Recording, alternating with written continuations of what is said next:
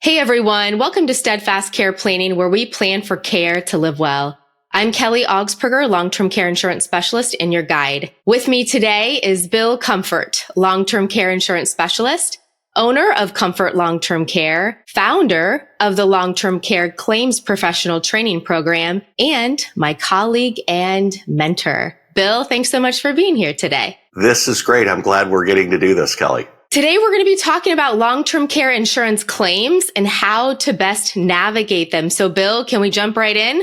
Sure. Okay. Well, Bill, I know it's been said that a long-term care insurance claim tsunami is on the horizon. What inspired you to create the LTCCP program? And with that claims wave coming, what should professionals or families be doing to be ready? Yeah, that's probably a great couple questions we could spend the whole time discussing. I actually created the Long-Term Care Claims Professional, or LTCCP program for short. I created it 10 years ago, and it was an outgrowth of training that I was already doing on a private consulting basis with home care agencies across the country, teaching home care providers how long-term care insurance works from a claims perspective. And the training program was really an outgrowth of individual training that I had done with different agencies, different companies.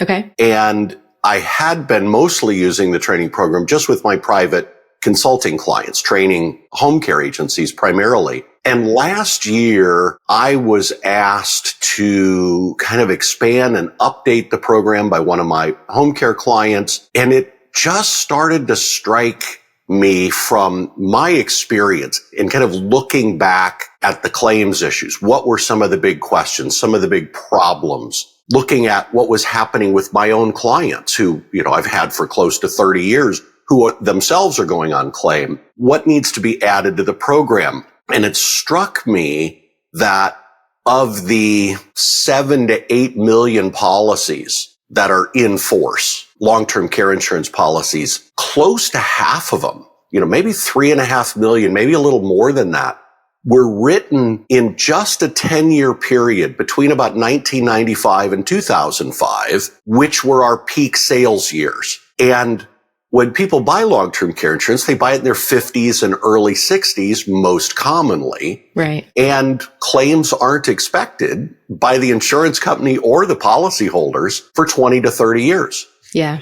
But here we are today. And what's really interesting is just last month, there was a very interesting study that was published by a group of long-term care insurance actuaries. And I'm going to put the graphic up. Hopefully this will kind of work and come through. This shows the volume of claims that we're expecting. So today we're paying just under $20 billion a year for about 400,000 people on claim. Mm-hmm. In 16 years, this claims wave or claims tsunami is going to peak at like $46 billion or over 1 million people on claim. So for care providers, particularly home care agencies, assisted living and memory care facilities, which is the kind of care that people buy with long-term care insurance, those professionals need to be equipped to help their clients with long-term care insurance navigate more effectively, more efficiently this, by its nature, complex claims process for long-term care. And I think other advisors, geriatric care managers, and of course, agents and financial planners who have clients, maybe they didn't even sell them the policy, but they want to help their clients navigate the process. So this is all coming together, with, my 15 plus years of training the home care industry and really expanding and updating this claims training program, for those and other professionals. This claims wave is kind of proving the concept. And just last point on this little graphic here, even though the peak of this wave hits in about 15, 16 years, the level of claims doesn't come back to today's level for 30 years. And this graph, this study, Kelly, does not even include new sales. It's just projecting the policies that are already in force. Yeah. So it's probably not going to taper off as dramatically as this is shown. So for the next 30 years, we're going to have more claims than we've ever had.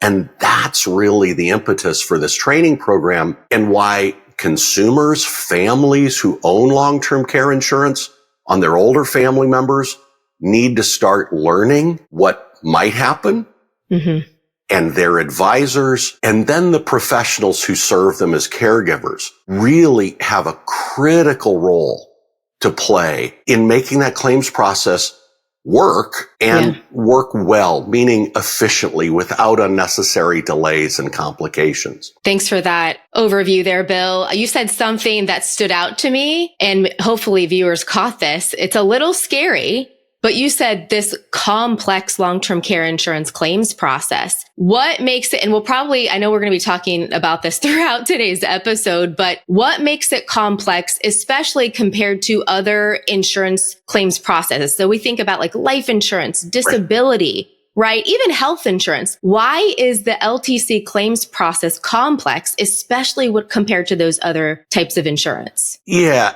And without being kind of morbid or flip about it, a life insurance claim is fairly easy. One cause of loss.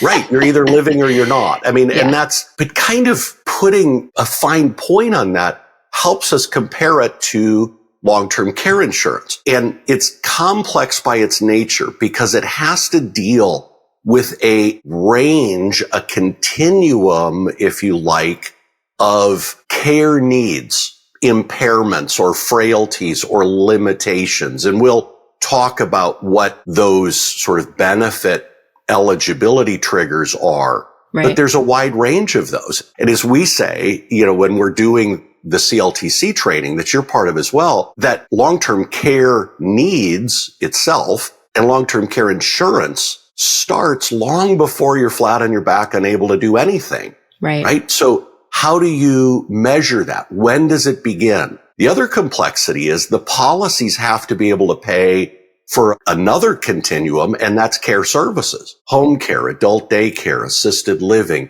memory care, and yes, if it's ever needed, maybe care in a nursing home. And all of those things have to be defined, and all of those things have to be reviewed and processed by the insurance company. And that's what makes it complex. So because of this complexity, all the more reason that we need to be equipped to know how do we navigate this? How do we, from the very beginning to the middle to the end, what are the best things that we need to do in order to help our clients? And then even for families and professionals, how can they, best be equipped in order to navigate this process? So Bill, what are some of the biggest mistakes that you see that are made when submitting a claim? Yeah, I think the biggest problem, let me start with that first, because I think this overrides and kind of colors mistakes that are made. The biggest problem is it's very technical. There's, very technical definitions in the policies. Well, naturally, consumers, the policyholders, the family members of the person who needs care, they don't speak insurance. Right. They don't. And unfortunately, insurance companies don't speak consumer very well. And I hope that can improve. I hope the carriers can do a better job of communicating what is needed, what are the criteria, what has to happen. But they use the language of their policies, and they kind of have to legally. So sometimes it's just a matter of interpretation. So a mistake that's made, and this is kind of a general idea, is too many policyholders or their families or representatives who are part of starting the claim, filing the claim, going through the process, they don't take enough time on their own to understand what is in the policy and how does it work. And so, of course, they're in crisis. Somebody needs care. That's very emotional anyway. Of course. But you call the insurance company and they start throwing terms out, start throwing requirements out. And if you don't have any foundation for that conversation, that's hard. Now, that's a big burden to put on a family that's in crisis, which is why I think it's so important that financial advisors and particularly the professional home care providers and geriatric care managers, for example, that they're well versed in the language of this insurance, because those are all the different people who can help coach and guide and partner, right, with their clients, with the consumers who are having to navigate the process. So what are some of the most important things to ask or do for these professionals, even before they submit a claim and start filing that paperwork? Yeah, and it's a great question. So whether it's the professional advisor or caregiver or the policyholder and her family, you have to have a copy of the actual policy. Yeah. Just a summary, just a schedule page, just a quote from 25 years ago or a billing statement. That does not give you the information you need. You have to have a copy of that, 40 or 60 page insurance contract, because it has the definitions of, what's the eligibility? What are the impairments or the degree of disability that you have to meet for the policy to begin working? What's the definition of home care and a home care provider? Is home care even included in the policy? 30 years ago, not all policies had home care in them. So you have to start with the contract itself. And I tell this and teach this to home care providers as well. You need to sit down with your clients and look at the policy and understand what's there. And it's not just definitions. Does the home care agency that you want to work with, are they going to be covered by the policy? That's one question. Yeah. And the other one is, how do different parts of the policy work? And we can drill into that a little further. So you have to have the contract. The good news is if it's been lost, you call the insurance company and they have to send you a new copy. Now you got to plan ahead. Right. Because sometimes, they still use snail mail and it can take 4 to 6 weeks to get a copy of that policy. So, for people that are maybe listening, if they have themselves or a family member, do you have the policy? And if not, order a copy today, right? Get ahead of that game. Right. Okay. So we need the paperwork. That's really the first step. What does the policy say? What's the contract language? Because the contract is king. You might think you have X, but really you have Y. And so maybe you didn't remember exactly how the agent or advisor described it. You forgot, or maybe it was described to you incorrectly, or all the information wasn't given to you at the time, but it's also been maybe 20, 30 years. So you forget. So you really need to have that contract. Your family, the professionals need to have that contract in order to start going through it. Bill, what do you see as typical triggers? We use that word in our industry, right? What do you see as the typical things that are needed in order to file a claim and get approved? Yeah. So first things first, nothing happens with long-term care insurance until you're benefit eligible. And that's as defined by the policy, or what, we call, what you just said, the benefit triggers. What is going to start the benefits from the policy. And in long-term care, we describe it as impairments or degrees of impairment, type of impairment. I think you could think about it as kind of an old age disability in a way. And the good news is there's a lot of uniformity with a few exceptions. And the uniformity is generally this, and it's either or, Kelly. So either you need physical assistance, and that's measured through what people have heard as the ADLs, or activities of daily living. Things like bathing, dressing, getting safely in and out of bed or a chair, those types of things. Or separately, you need supervision, somebody around because of a cognitive impairment, a mental limitation. And again, we think of things like Alzheimer's or dementia. Could be a stroke or a head injury, that's affecting the computer, not the machine. That's it. And it's either or. So somebody maybe with early stage dementia, they can do all the physical activities, but they're not safe being left alone. Yeah. Which could be for a variety of reasons. So those two tracks, either physical help with ADLs or supervision for cognitive, And most common policies say that physical activity help, you need to have help with 2 out of a list of 6 activities that are prescribed in the policy. And even further, and this is back to this idea of long-term care starts a lot sooner than most people think or imagine. Right. Help with an ADL. In most policies, it can be either hands-on help. Somebody has to physically pick you up out of a chair, but it could be for most policies simply standby assistance. In other words, because of balance or frailty or fall risk, you're at physical risk doing these activities. So somebody needs to be there just in case. Right. Within That's arm's reach. standby. Right. Yeah, standby assistance, which is obviously a much lower bar. For sure. And so long-term care can start a lot sooner than people imagine. But this is why the claims today are mostly on policies written 20, if not 30 years ago. And some of those policies back then maybe said has to be hands-on only. That wasn't as common, but that's why you have to have the contract. And if the contract says it could be standby assistance, claims can often start a lot earlier than people think. Or again, just supervision for a cognitive limitation. Right. So physical or cognitive, not both. That's key here typically. Right. And potentially standby or hands-on assistance. Those are really the key. So make sure you have the policy, read the contract. What does it say? If you have questions, contact the advisor, contact the insurance company, get clarification if you need it so you know exactly what to expect at claim time, what needs to happen in order to get a claim approved. Right. And by the way, if you as the policyholder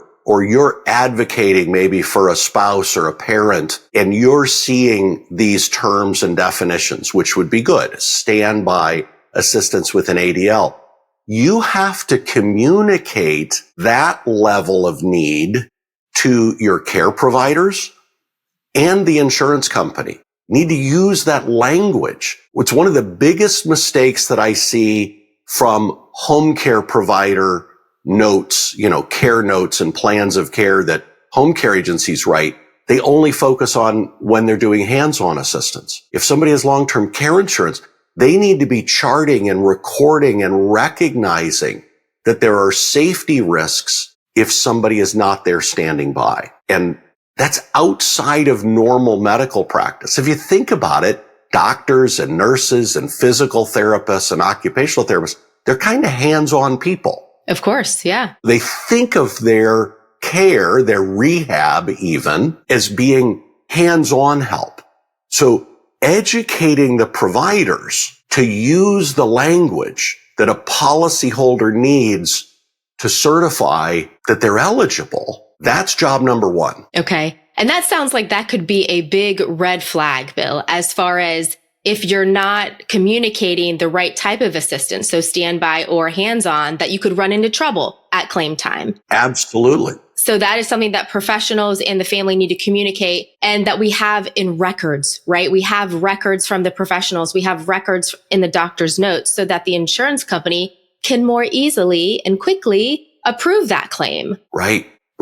The Steadfast Care Planning Podcast is sponsored by the Certification for Long-Term Care, CLTC, an in-depth training program that gives financial advisors the education and tools they need to discuss extended care planning with their clients.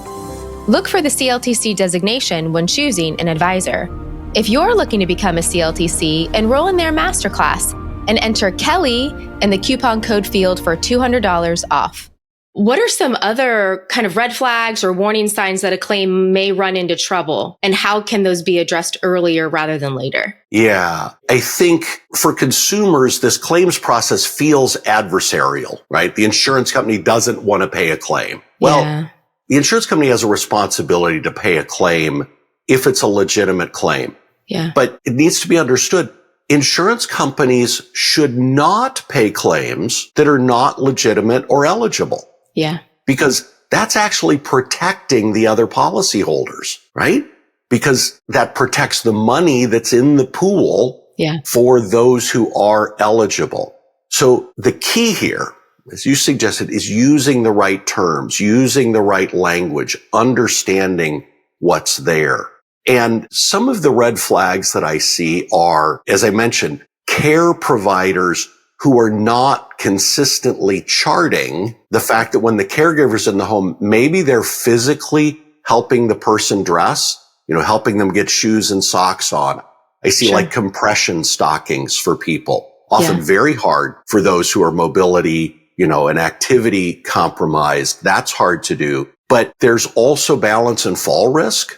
So the caregiver's around for showers or for transferring, but they're really not physically assisting hands-on, but they're there on a standby basis. Again, I can't repeat it, I think, often enough that has to be noted on a regular basis by the providers. Let me flip that around. Clients, policyholders who are communicating their care needs to the insurance company, maybe over the phone or for an in-person claim assessment that most companies do, that older, beginning to be impaired or limited person needs to understand that they should be communicating their worst day, not their best day, right? It's human nature to see ourselves as capable. In fact, we're wired to do that. It's not just denial or pride.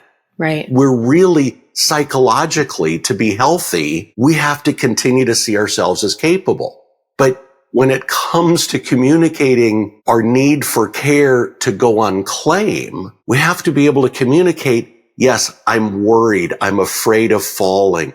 I've had a couple falls. Thankfully, it hasn't been bad, but what if I fall in the shower, Right. or getting into the shower? So communicating and coaching to use the right terms and expression. Now you have to be fair. You can't lie about what you need or not need. Yeah. But this idea of standby assistance, so many people don't understand it. And I've had clients who've said to an insurance company through an assessment, oh yeah, I can do all those activities.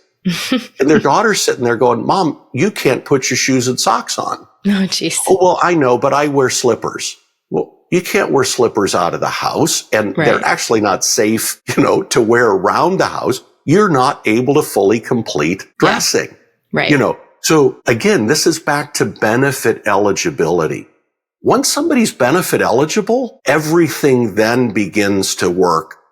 I think the only other big red flag is, when, particularly for home care, the definitions around home care don't meet up with the type of home care provider that maybe the client wants to use. Bill, can you give us an example of that? So Sure. If there's a home care definition and they want a different type of home care, what does that look like? Yeah. Well, and again, first of all, the policy has to cover home care to begin with. Sure. If it's nursing home only or facility only, it's not going to cover home care. Right.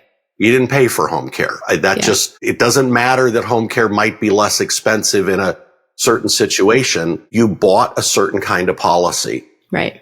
So if home care is covered, then the definition of who's the provider, and the most common definition is if there's an organized professional agency. And most policies will say things like that the agency has to be licensed by the state if licensure is required. So for things like bathing and dressing and transferring, what we call custodial care, personal care, there are many states that don't license those agencies. So if not licensed, you then want to look at the policy and make sure that the agency meets all the criteria. And most of them do. Where we see issues is where somebody wants to hire, say, just a private individual, maybe a neighbor, maybe it's somebody from, town who is a single person who's got a great list of references, but they're just on their own. They're a independent contractor, caregiver. Most policies will not cover that kind of person. Right. I'm working on a claim right now where this man's needs have increased over the last year and a half. And he's had private caregivers hired and managed by a geriatric care manager that he pays for. And now he's going on claim because his care needs have advanced, that he's eligible, but he's going to have to shift to using an agency to provide caregivers because independent caregivers aren't covered by his policy. Some do, but it's really more of an exception, particularly when we look back again 20 to 30 years. Right. So something that you said just a minute ago about the person that needs the care, they really need to vocalize their worst day and not their best day. I think that is huge, and that is monumental in that claims process. This is not the time for people to be bold and brave and just say, I'm great. Like, oh yeah, I just need a little bit of help. I just here and there for every now and again. No, you need to speak very truthfully with detail. What kinds of things do you actually need help with in order for you to age more safely? A lot of people want to stay in their home. So how can we best age successfully, safely in our home? Well, you may need assistance. So what does that assistance look like? That needs to be conveyed. And you're using a key word there, safety. Yeah. So what we need to, as advisors, what we need to be coaching clients in is describing their concerns about their safety. I don't feel safe doing this. I don't feel safe doing that. Well, can you do it?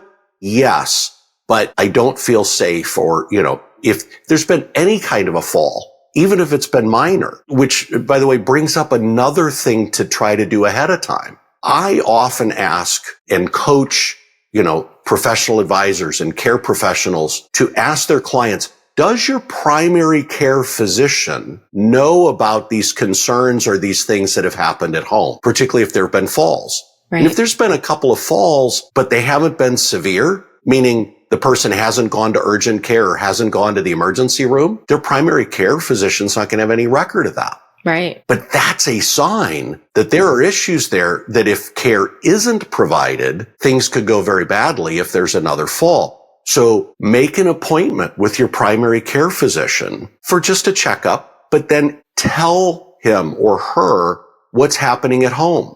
Ask them to put into their care notes that you've had a couple of minor falls and that there's safety concerns, because the insurance companies put a lot of weight on doctors' records. Oh, yeah. Sometimes too much weight. Mm-hmm. Well, the doctor doesn't say you need this kind of help. Yeah. Well, because the doctor's not in your home. Right. And They you're not telling them too. Yeah. Exactly. Yeah. So I think that can be really, we talk about what could you do ahead of time or what do you need to anticipate? Make sure, especially your primary care doctor knows what's going on. Somebody's got a cognitive impairment, Alzheimer's or dementia, for example. Their neurologist might really be their primary, but, sometimes a family member has to go along, that healthcare power of attorney or just spouse or daughter to say, hey, Dr. Jones, we really need you to make a note in the records that some of these things are happening at home. Right. And I think that's where the family can play a great role, is going to these doctor's appointments, PCP specialists. If mom or dad is not speaking up and telling the doctor these things, then the adult child can speak up and say, well, wait a minute, mom, I think we're being maybe a little bit too, holding back a little bit. Let's tell the doctor what's really going on and what kind of assistance is needed. And so, if the adult child is available and can go, I think that's probably a great benefit to that person that is starting to need care or starting to need assistance, slowing down, losing some mobility, that sort of thing. Whether it's physical assistance or, the cognitive, that's certainly probably just as important as well to have them go along. And reminding that person who has these developing impairments, reminding them, hey, mom, remember what you told me about getting your shoes and socks on? Or, you're just wearing, pajamas all day because you're worried about falling. Yeah. Remember we had that conversation? Oh yeah, well, I do feel that way. That needs to be recorded. That needs to be expressed on the phone or in the in-person assessment with the insurance company. And the more elements that you have of the same message, the more efficient the claims process will be. Right. If you only tell it to the insurance company over the phone and they can't back it up with some other records, they're going to be a little more skeptical. I mean, we could be cynical about it and say they don't want to pay a claim, but it's really their job to be skeptical. So I think from a family standpoint, help build the story and get the information in multiple places. Physicians, if you're already getting care, Make sure your home care agency's documenting things well. Sometimes family members have written a letter. I'm, so-and-so daughter of this person, and here's what I see happening at home. Now, that written proof is so critical. Yeah. And that letter alone's not going to get somebody on claim, but it reinforces hopefully what else is in the records that the companies will look at. Right. Absolutely. The insurance companies need documentation. Without documentation, they cannot approve a claim. So we need it to be very black and white and not gray, right? Insurance companies don't like gray areas, right, Bill? Right. They want it very crystal clear, black and white. Yes. These are the impairments. This is the assistance that's needed. This is expected to be an ongoing chronic condition, right? More than 90 days. So all of these things are very important in getting that claim approved. Bill, let's talk about timing. How important is timing when it comes to starting a claim? Can waiting too long hurt the outcome of the person receiving care or getting a claim approved? Let's talk about the elimination period. What do you think? Well, okay. So there's a lot of facets to that question. Yeah. So let me start with this. The main questions I get from home care providers, and by the way, something like 80% of all long-term care insurance claims start at home. And that makes total sense. People want to stay home if possible, as long as possible. For many people, that's why they bought long-term care insurance. Yeah. Was to be able to stay out of a nursing home or facility, right? For sure. So what I tell clients, home care agencies, and so on, the question that I get is, how do we help clients who say, I'm not yet ready to file a claim. I want to save my insurance benefits for later. Maybe because I'm worried about care going a long time, or we're only going to get a little bit of care now, which is less expensive. So I want to save my insurance dollars to when things get more expensive. Obviously, particularly if they have a policy that maybe only pays for 3 or 4 years, for example. Right.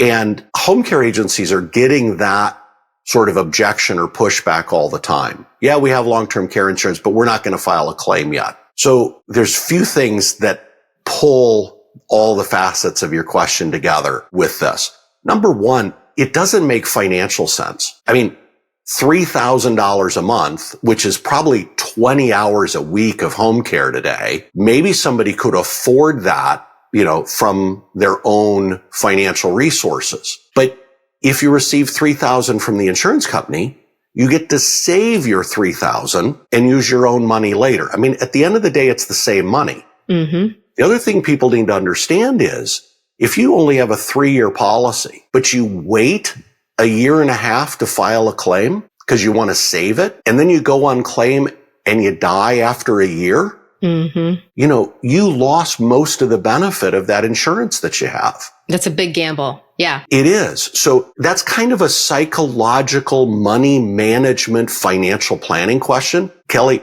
financial planners can have a big role to play here in helping their clients recognize that not every time, but the general rule of thumb should be use the insurance money first. So the second piece of this is, why not file a claim now and make sure you're benefit eligible? I mean, it's going to take 4 to 6 weeks to schedule the assessment, to write for doctor's records and get the doctors to respond, and send those records into the insurance company. The company has to review all that. Let's get through that process. Let's get that established. You mentioned the elimination period, which is, for long-term care insurance, it's the deductible. And most people are going to have something like 90 days, 60, 90, maybe 100 days. It could be shorter, could be a little longer, but 90 days is probably the most common. Most policies, not all, this is something to look at in the contract, but most policies, once you get through that 90 days, it's one time. You never have to do it again. So why don't you start a claim, get your benefit eligibility determined, make sure your home care provider is a covered provider by the company, and get through your deductible period. Cross that off. Now, if you still want to pause, which again, I don't think is the best decision financially, if you still want to pause it after the elimination period. And here's the last little thing that most people don't understand or remember. Most policies once you start receiving money, so after that elimination period, the companies waive or forgive the premium. Right. And in some cases, if you have a couple, if one spouse goes unclaimed, they waive the premium for both. Yeah. So why not start the claim, stop paying premiums? And what I've found is when people do this, they see through the 90 days, the home care is so valuable, so helpful, benefits all the other family members as well, that when they get to day 91, they continue to use it because they see the value in having that extra insurance money right now. That's it. It is so valuable. So if you have it, in my opinion, you've been paying into this policy for probably many years, right?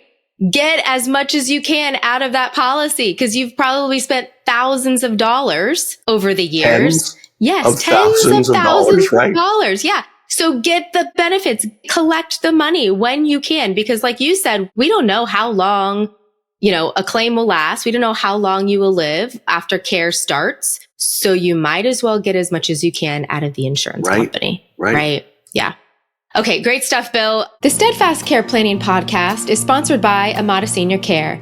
Amada provides complimentary consultation with a senior care advisor to find the right care from in-home caregiving to community care, as well as long-term care insurance claim advocacy and unique support partnerships for financial advisors to address family transitions and generational retention. To learn more, visit www.steadfastwithamada.com. Let's transition to the claims process and how it's evolved. So, over the last 10, 15 years, has it changed? And what changes do you expect in the future? Yeah, that's an interesting question. You're asking me to sort of get my crystal ball out a little bit as well, which is pretty cloudy. The one I have is pretty cloudy. But I'll tell you, I've sold long-term care insurance for 30 years. And so I've had a lot of clients go on claim and have worked with a lot of people over all of those years. I would say that today versus maybe 15 years ago, I think the claims process has become stricter. I think the carriers are looking at the details of claims in a much deeper fashion, if you like, in a more critical or a more, from a consumer standpoint, a more negative fashion. Part of that is driven by the fact that there's so many more claims coming. The insurance companies have to really know that it's a legitimate claim, which just means it feels more burdensome to consumers and, people who have policies in their families. I think that's a significant change, but not unexpected. And I would even say not even necessarily an unfair change. Okay. I think another trend is a lot of smaller companies who have stopped writing new business. So they have a fixed, book of business that's getting older. A lot of those companies have handed off the claims processing to third-party administrators. And this is good news, bad news. I've had some companies I've worked with that just the claims process was really difficult to work with them. And same company, now that this third-party administrator has started working with them, the systems are better. It's more streamlined. It's more efficient. It's more claims focused in a positive way. Okay. So I'm seeing some advantage to that. The disadvantage is some of these administrators are administering claims for a dozen different companies, each of which might have a dozen or more different policy forms, types that they wrote over the years. So these claims administrators might be having to manage 1,000 different policy forms. Sometimes the same policy in 2 different states has different language. And so that's another reason you have to know what your own policy says. Yeah. I'll give you a real quick example. I was working with a client of mine who had met the elimination period, but ended up being in and out of the hospital and wasn't consistently in his assisted living bed. So they hadn't actually paid a claim yet, hadn't issued a check yet. Okay. And the policy said the waiver of premium starts after you satisfy the elimination period. And the spouse was frustrated because she had another premium coming due, and it was a big premium. And I called with the client, and the claims person said, well, we don't waive the premium until we issue the first benefit payment. I said, that's not what the policy says. He said, well, that's our procedure. I said, you don't get to do that. This contract says you waive the premium after the elimination period, which should have been 3 months ago, by the way. And we got that done, but it would have dragged out another month or two if we hadn't had the policy to read and had pushed back a little bit. So I think that's a trend in claims. Again, it's not necessarily a bad thing, but it reinforces why we really need to know what's in the policies and how they work for each individual. Right. And they are likely going to be different from each person because they've bought different years, different carriers, different policy forms. And so again, state. Contract is king. What does the policy say? If the insurance company, just like you said, if they're going by procedure and not by what the policy says, that's when you need to challenge. That's when you need to push back and say, well, this is what the policy says. You need to follow the contract. It's a legal agreement, right? It is contractual. So they are obligated to meet those terms. And it goes both ways, Kelly, right? If somebody's not yet benefit eligible, if they truly only need help with one activity of daily living, they're not going to go on claim. And I've had to communicate that to some of my clients as well. And they're like, well, okay, but we've prepped them and coached them to look for what's coming next. You know, what are the safety issues? What does standby assistance mean? And that's fine. So that'll come down the road if it's needed. Bill, what do you think about the future? Get that crystal ball out. What do you think claims are going to look like over the next 10 to 15 years? Do you think we're going to see more tech, AI, and how would that be integrated? What do you think? So I think the insurance companies are going to use more AI to sort of read and interpret and digest and summarize things like doctor's notes, right? Where AI can look for key phrases around particularly benefit eligibility. And I think that is generally a good thing and can make it more efficient. Look, companies have to get more efficient. Yeah. We're going from 400,000 claims a day to close to 1,000,001 in just 16 years. Yeah. That's a huge ramp up. So the carriers have to get efficient that way. We are seeing more and more companies delivering information. At a client just last week who had requested a copy of the policy. And I said, you might have to wait 4 weeks to get it through the mail. They emailed a PDF. No copy. Kidding. Wow. Yeah, to the client. And I mean, that was a great surprise.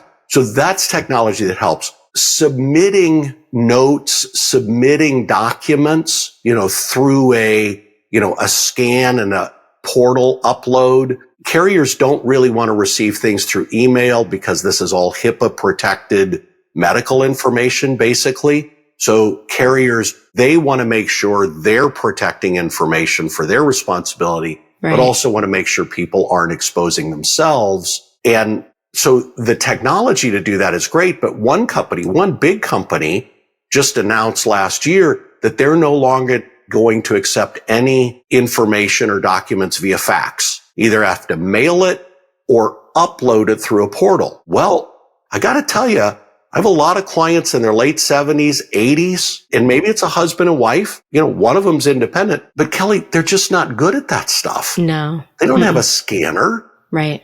My mom has a scanner. She's in her mid 80s, but she doesn't know how to use it. Right.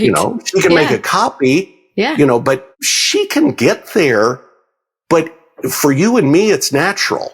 So I think one of the things we have to be careful of from the insurance company side is to not have technology get ahead of what our customers, our policyholders, particularly those going on claim who are older, is it technology that they can navigate, or have we complicated the process for them? Right. And that's one of my concerns. My biggest future view is, and this is partly my passion for the training, is we have to get better. We have to get more efficient. We have to get more consumer friendly. And I'm talking from the insurance company side, because if we don't, if we make it confrontational, if we make it difficult, if we make it too complex, and sometimes it's perception, unfortunately. When we go from 400,000 people to 1 million people navigating this process, if people don't have a good experience at the time of claim, that's going to reflect poorly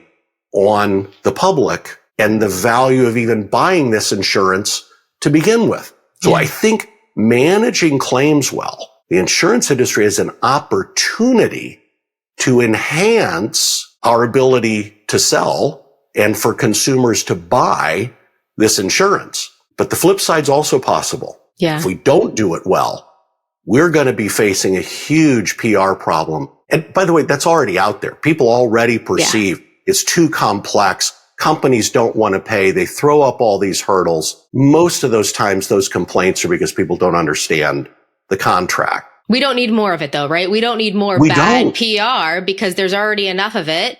We need the good stories. Okay, insurance companies are paying claims. These policies are saving and protecting families. But it comes down to, what does the policy say? Are you benefit eligible? If you are, okay, they're going to pay claims, right? Right. Yeah, they will pay claims. They have to pay claims contractually. Gosh, we have talked about a lot today. Just a couple more things that I'd love to just briefly touch on. With your LTCCP training program, equipping professionals to confidently guide families through that process. How do you do that? And how can home care agencies, financial professionals, how can they take this course? Where do people go to do that? Yeah. So everything, like so much today, starts online. So LTCCP.com, which is long-term care claims professional, LTCCP.com. There's information about the curriculum. We teach via live Zoom classes, which is a 5 to 6 hour live session, one-time session. Students can self-study. We're building video modules of the live training so people can even, have that experience if they want to self-study for the course. There's a 150-page textbook that also becomes kind of a resource reference. There you go. There you go. I'm holding up the textbook. For those who've taken the class. And there is an exam. There's a comprehensive final exam. And it's not built for consumers. It's built for care professionals, like I've said, geriatric care managers. I think insurance and financial professionals who want the knowledge, want the ability to be involved at the time of claim. I think the training's invaluable for any of those professionals who are advising clients on the claims process. We have continuing education credits pre-approved for certified senior advisors, certified case managers, and care manager certified CMC professionals. Those are, geriatric care managers, for example. Great. As well. So there's additional value in the course as well for many of these professionals. And I got to tell you, those people that are listening, that if you are a financial professional or you are a case manager or care coordinator or home care agency, this course really is so valuable and helpful. I took it myself as a long-term care insurance specialist. I have a young book of business. My clients are not on claim yet. They are probably at least 10 years out from claim, most likely, hopefully. And so for me, though, it's valuable information so that when the time comes, I can offer that advice and I can let them know this is what to expect at claim time, right? It is not an overnight process. It does take a little bit of time, but once that claim gets approved, your family is so grateful, right? They're just so overwhelmed because it really relieves a big burden on the family financially, but then physically and emotionally. So I highly encourage you, if you are a financial pro or in the, care industry, to take this course, get equipped, get that training so you know how to best navigate this claims process and educate the families that you're working with. All right, Bill, final advice. How people can plan for care to live well. What do you got? Long-term care insurance. You summarized it great. It works. Yeah. Most claims are paid. 95% of claims are paid. And those that aren't are people who aren't eligible yet for the most part. Yeah. Sometimes it's a slog to get there, but the better prepared you are ahead of time to start the claim, the smoother the process is going to go. But you know what? You have to plan ahead. You have to buy the long-term care insurance in your 50s, your early 60s, so that you're eligible to even qualify for it, to have it when you get older and need care. So you got to plan ahead. And if you or a family member, a loved one, is beginning to have safety issues and they have long-term care insurance, get a hold of that policy and figure out what's really in there. Call on somebody like Kelly or other advisors who understand this insurance from the claims perspective to help you know what you have as well. That's it. We know that long-term care insurance is an effective and efficient way to pay for care. We also know if people don't even have long-term care insurance, if they missed the boat, right? It's too late. Yeah. They didn't get it. You still need a written plan of care, Yeah. right? You still need to have that conversation with your family. Who are the caregivers? Where do you want to receive care and can receive care? And how are you going to pay for it the most effectively? So identifying those things are really important. And also having your estate plan, making sure you've got your POAs, your will, your living will, a trust if you need it. Having all those things together are really helpful and going to be enormously valuable for your family. So get going, guys. Do the stuff, right? Make a plan, right. Get after it because your family will thank you. So Bill, thank you so much for your time and expertise today. Always a pleasure talking with you. Have a wonderful day. Thank you, Kelly.